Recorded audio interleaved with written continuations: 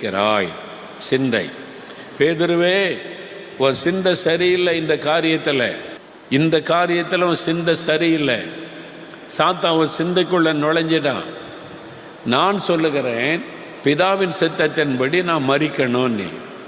நீ சொல்லுகிறாய் மரிக்கலாம் கூடாது, நம்ம ராஜ்யத்தை ஸ்தாபிப்போம், இப்படிலாம் பேசாதங்கன்னு சொல்லுகிறாய். நீ மனுஷ சிந்தையோடு செயல்படுகிறாய்.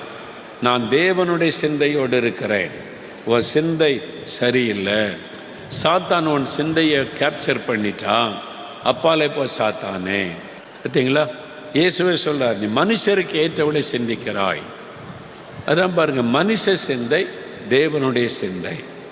நாம் உலகத்தில் வாழுகிறோம், மனிதர்கள் மத்தியிலே வாழுகிறோம். ஆனால் நம்ம மனிதருக்கு ஏற்றபடி சிந்திக்கக்கூடாது. ஆவிக்குரிய சிந்தை, தேவனுடைய சிந்தை நமக்குள்ள வரணும்.